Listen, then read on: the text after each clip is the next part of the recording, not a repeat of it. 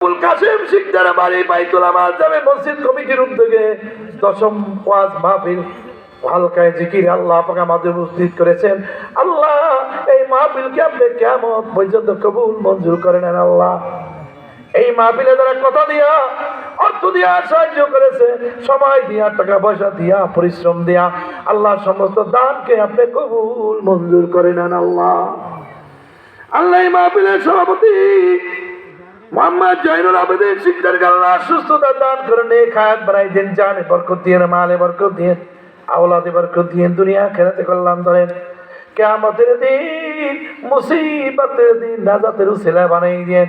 এই মাহফিলের জরিয়া করে আল্লাহ আমাদের সবাইকে আল্লাহর সে নিচে ছায়া দিয়েন। কিয়ামতের দিন, মুসিবতের দিন নাজাতের উসিলা বানাই দিয়েন। আল্লাহ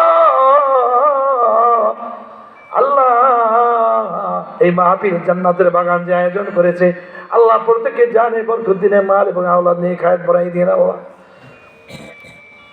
বাংলা